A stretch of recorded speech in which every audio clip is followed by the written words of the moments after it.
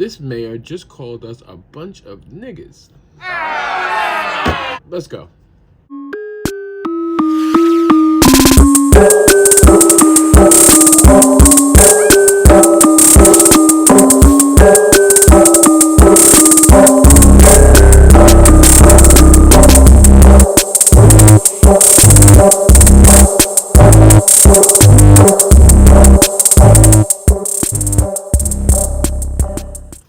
So, a lot of you know I'm always in Gracie Mansion. I'm a part of like the amenical staff with Pastor Montrose. I'm a part of like the Council of Churches, but also with a lot of nonprofit organizations, African Heritage Month, all this other stuff that happens every year, no matter who's the mayor. So I'm always in the Gracie Mansion. I've been in and out of the mayor's office in the positions of that since Bloomberg's been in office, right? So the invite, I go out to Black History Month. I get this invite from Pastor Montrose, come on out, you know, mayor at the Gracie Mansion, whatever. Even if politically we don't understand each other, it's a great place to network. It's for me to meet other leaders and to talk about things that's best for the city, right? And even though me and the mayor may disagree or political positions or opinions, but in the same concept, anybody in that position shares a love for the city. And so that's my goal, right? To support nonprofits and be there as like a network of nonprofits. Anyway, this guy. So I'm at this event and the mayor's doing this speech and he gives this sort of introduction and a lot of other speakers involved, and he comes up to speak to the crowd of supporters, people who work in positions, mayoral positions, advocates, organizers like myself. I can't believe this. Listen to this. It is, yeah, Ezra. It is really good to be here, and I think that Camille really verbalized what is important to us throughout the years of opening Gracie Mansion. You graced us with your presence. And I was at One Police Plaza the other day talking about a Black History Month event, and I reflected on a story that I often talked about, and I just want to share it here because I think it's so fitting. One night I went to see, it was a cold night, it was raining, it was hailing, Mother Nature was doing its own thing, letting us all know that she's in charge. And so I was driving on the Bell Parkway, and on the way, getting off at the Farmers Boulevard exit, there was a car on the side of the road with the hood up, and a man was under it. And inside the car, when I walked past it, I pulled over. You know, once a police officer, my brother Bernard would say, you're always a police officer. Match one did not see the car drive off. Stuff. Lou Rawls used to say at the United Negro College Fund, mothers and grandmothers who never knew what college was about, they used to... So this is a biblical moment. You know, when Jesus was on the cross, he said, God, forgive them, for they know not what they do. All these Negroes who are asking me to step down, God, forgive them.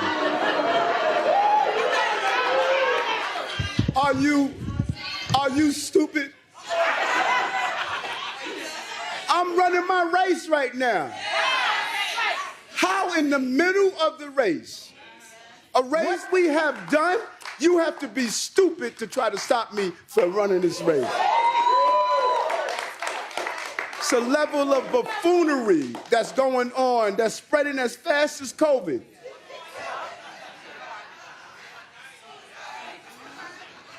Well, you shouldn't be talking to the president. Well, I'm the mayor of the biggest city in America.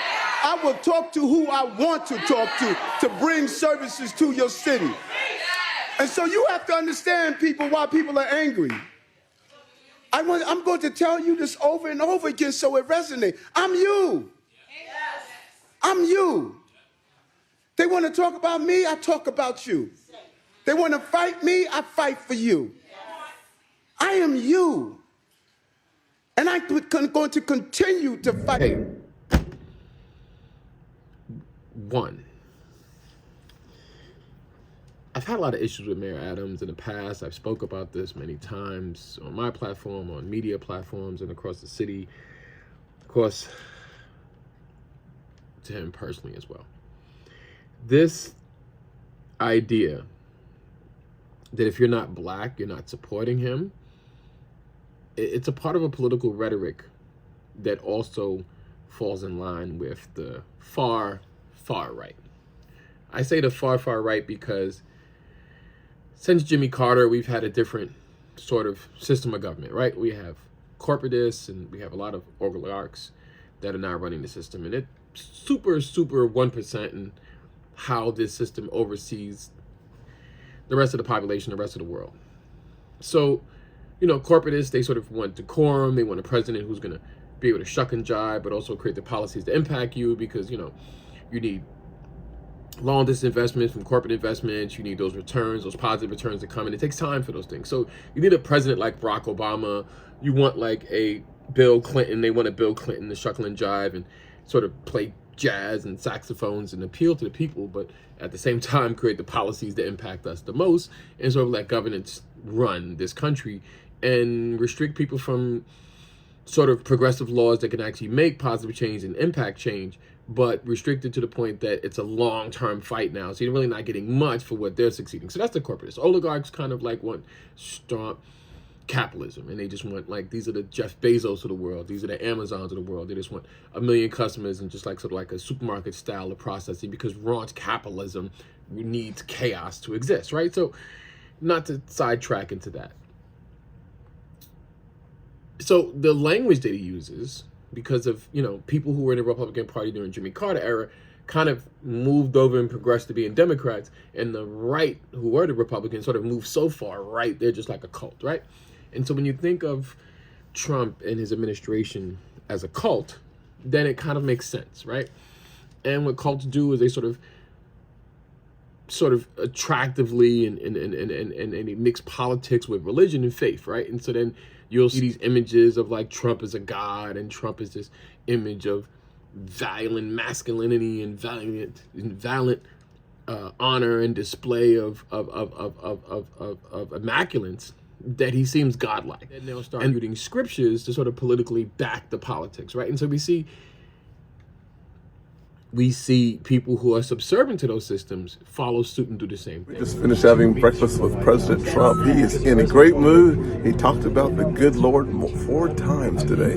Thank God for a president who acknowledges God Almighty and the absolute impact he's had. This man is on a stage and he starts talking about how Jesus, and comparing himself to Nat Turner and other revolutionaries. Like, sir, Nat Turner? Like, Nat Turner fought against his oppressors. He fought against the system representing the people, even though he was in a position to do that in the public face. He didn't hide from it. He didn't use it as a system to get personal benefits out of it. No, he used it to champion for human rights. And so he compares himself to Nat Turner, to all these other freedom fighters that have, you know, been championed but have been attacked because of their race and their political views. And basically he's trying to align himself with other black oppressed people as if he's being attacked and he's this victim that needs saving, right?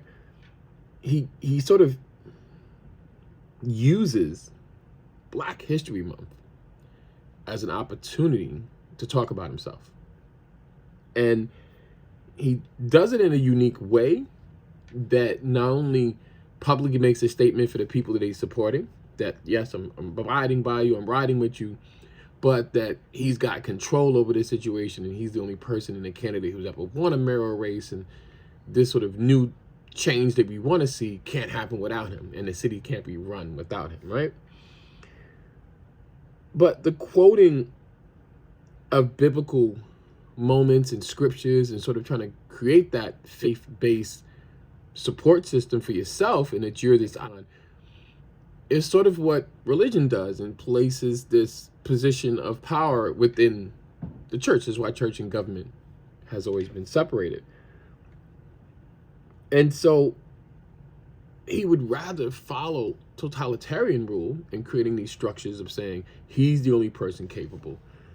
He's the only person who can control the police department and run them and administer the city, and deal with all of these problems politically, and no one else can. And it's because he is related to these people like Jesus, higher powers like the Lord, who have been persecuted for being wrong, and in the end, people have seen them right. Like the people who have persecuted Jesus Christ and hung him on a cross and crucified him thought they were doing right, but they were doing wrong, right? Whatever the argument is. But he's trying to align himself with that, saying that he's being persecuted, hunted down for helping and uplifting the people that he's fight for, and that he's an advocate and an activist who will go out for New Yorkers to 100% against the left. What he really did show me personally, being there, standing there looking at this man, is like, you don't care about New York. You're willing to serve us up for the Republican Party or for Donald Trump and his needs, just to get your own personal ails and elements out and corruption and criminality out of the way. But the other part is that instead of using Black History Month to highlight, Black creatives or the small Black businesses or the many nonprofits that are serving people directly impacted, or businesses that are owned by people of color, or great leaders that came from New York, like James Baldwin or Arturo Schomburg, or none of that. You use that to try to place yourself and identify yourself with this problem and attack. And then you go on Good Day New York. Mayor Eric Adams from Gracie Mansion. Nice to have you back on Good Day, Mayor. Great to be on, and it's, as you stated, a major milestone. I know that we're speaking about policy, your cooperation with President Trump on the migrant crisis. He has now basically said they're going to launch a mandatory online registry of illegal immigrants with names, fingerprints, and home addresses. Would you cooperate? Well, if the federal government, who's in charge of immigration, and that's what people need to be clear on, they are in charge of immigration. We do not collaborate based on city law in any form of deportation based just on a deportation strategy because of civil enforcement. So are you saying this is out of your hands? Are you saying this is out of your hands?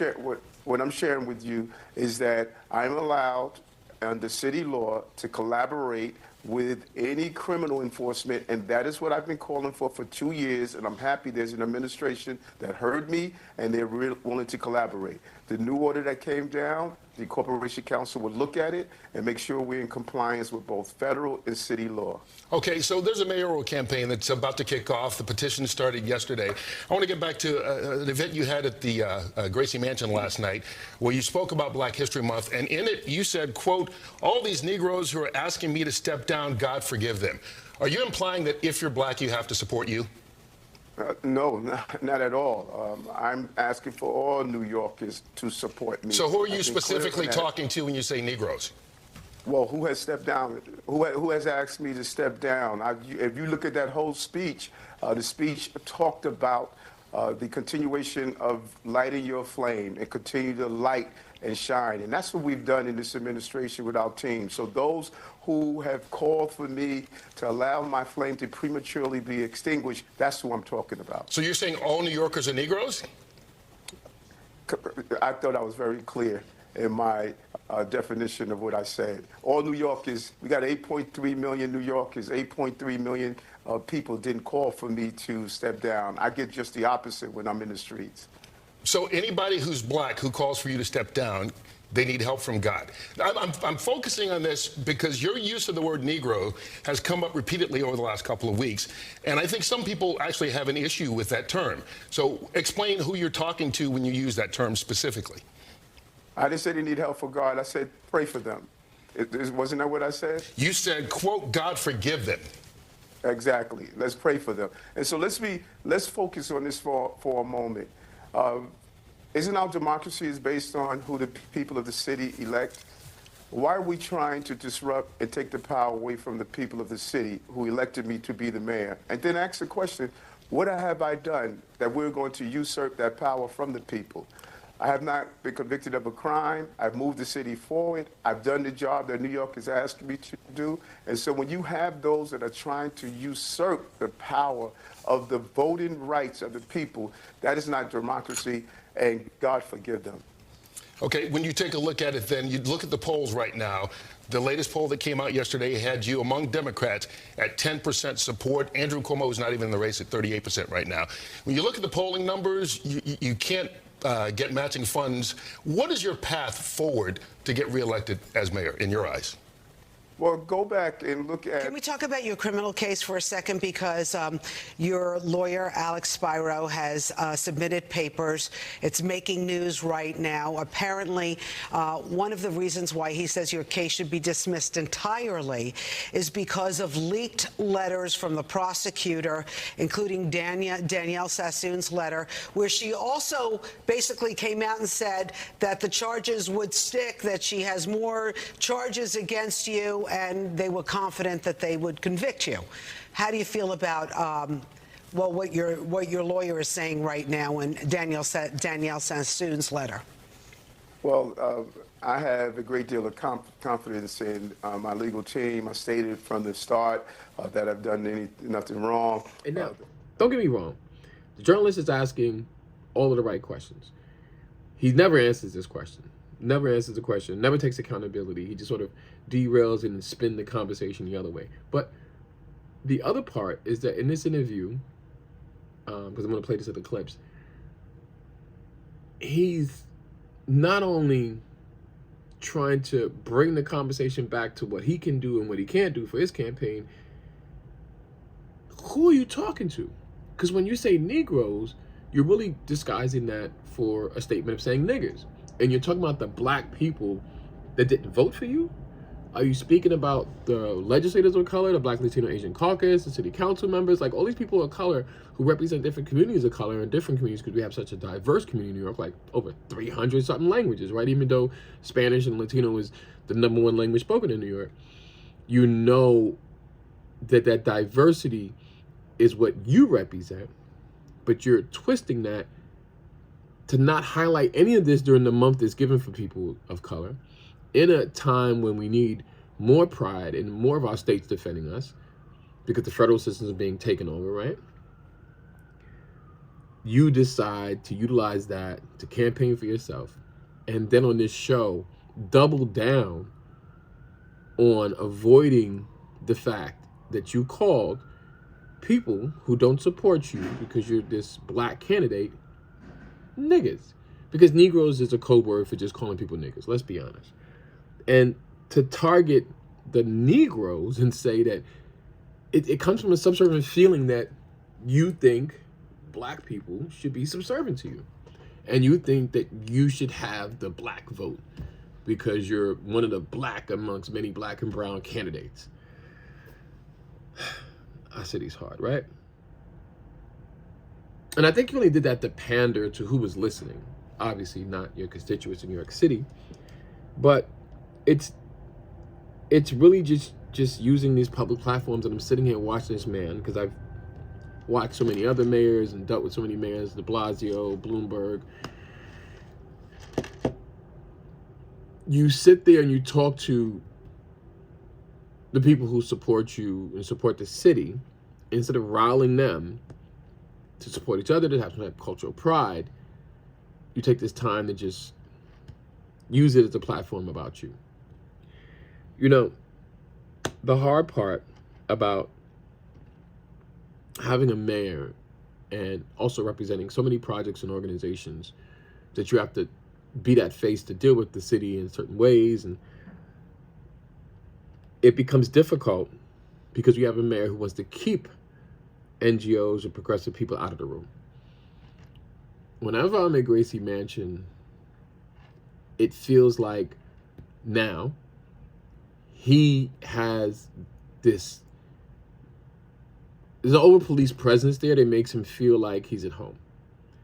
And what I mean that is that I've been at Gracie Mansion with de Blasio, I've been there with Bloomberg. It was a different feeling. It felt like he was dealing with administration, a staff, a structure. With this, it feels like a gang got it, like a crew is in the house. Like, I've been there when his son had like an after-hour party at Gracie Mansion. He was on the mic calling people niggas and doing all kind of shit. Like, it was crazy. He tends to feel like he's at home and he can say what he want to say and tell people. Like, I was at the African celebration, another African Day celebration, And he was like, yeah, I went back and forth to Africa. They persecuted me because I took trips to the motherland. I love the motherland. As a black man, I'm supposed to be able to do that.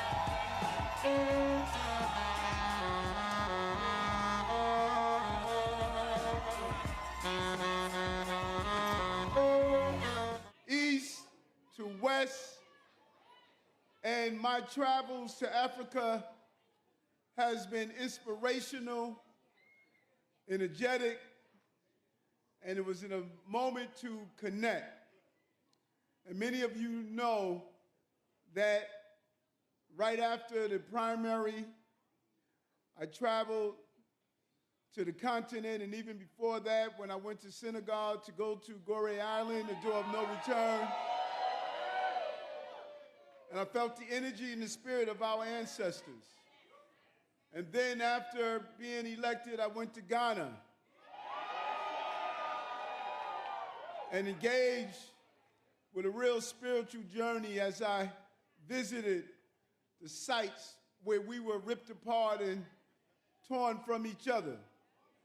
And my days in Lagos, Nigeria.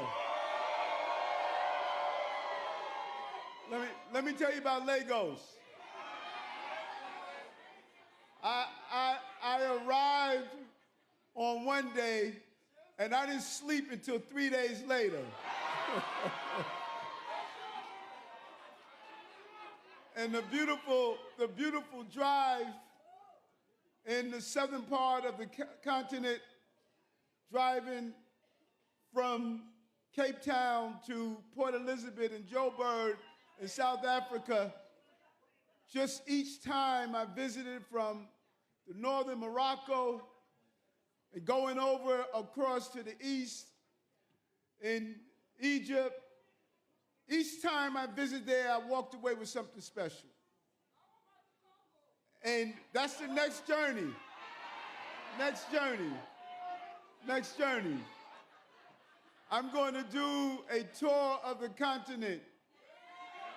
And during UNGA, my sister Asada brought in many of the presidents. And we have met with your dignitaries and leaders and just reconnected ourselves. This is the moment. Africa has such a significant moment in this period of time. And I know that I'm American, but I never get it mixed up. I'm African. I'm African. I'm African. More New Yorkers, bro, you're going off on a tangent about trying to validate your corruption trips into connecting with these people. So you're saying they only persecuted me and coming after me because I wanted to go and visit our country, right? So you're trying to gain the support of this. And then I have so many videos of him saying, this is the sold out state. Brooklyn is the state of something else, and Istanbul, and Brooklyn is the home of this country, and Brooklyn is the home of that country. Like, he's just trying to pander into this election, which he's going to face Cuomo, which is going to wipe the floor with him. And he's trying to remain in a position with enough power to clean up his own mess. And so we don't have a mayor who's going to think of us progressively. We don't have a mayor who's going to help us move forward as a state, as a city. We don't have a mayor who's going to be loyal to the governor as she defends herself against the federal government, who is restricting funds and hurting our congestion pricing and all kinds of things he wants to do for the city. He wants to join with the team to stop that. The other part is that you incarcerate more black and brown bodies, and you impact so many young people of color. And to be a young person of color, to use that and pander that story that you was once abused, and that, you know, should give you the right to be the advocate voice for that. And then in the other room, you're experienced cops, you can speak for all of them, and never those two rooms meet, right? You don't ever have those experiences overlap each other. And so you're able to avoid the question of, why are you not supporting your own people? Why are you using Black History Month as a reason to talk about yourself? And these concepts are only going to impact us in a negative way as a city. And so as an organizer and a person who thinks about New York first and thinks about my city first and try to improve the quality of life for so many others who are suffering mostly because of directly impact from mass incarceration or other sort of impacts in the community restrict them, because I represent the poorest district in the United States of America. I'm in New York 15, the South Bronx. I'm between there and East Harlem. Like, it is the worst. And so we have to make these improvements in order to better our communities. And a lot of that deals with how the mayor works with you.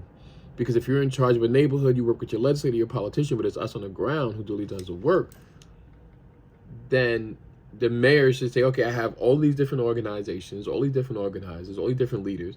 Let me support them, and that's how I support the city. He doesn't do that fundamentally.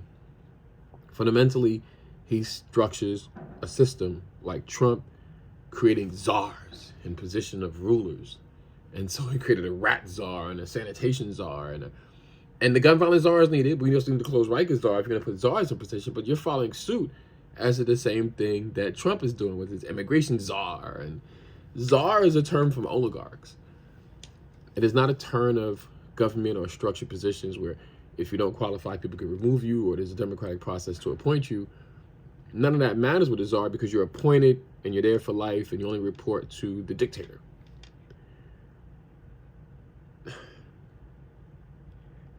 There's going to be so much separate other videos for this issue. But one of my major problems is you calling black people Negroes, and it's okay because you're black. No. Anybody who doesn't support you as a nigger and a Negro, I don't know. I can't bet on a mayor who doesn't even recognize the pain and suffering that his own people are going through, and will have the audacity to call anyone who opposes him a racial terminology as a Negro, which is a terminology that whites have used to oppress and hurt black people of color for so long. It's a terminology that was backed with meaning and thoughtful effort to degrade these people. Like the Department of Education created books and publications to teach people that these Negroes are less than them. And so you think that your constituents and anyone who disagrees with you is a Negro. Well, this Negro definitely doesn't agree with you.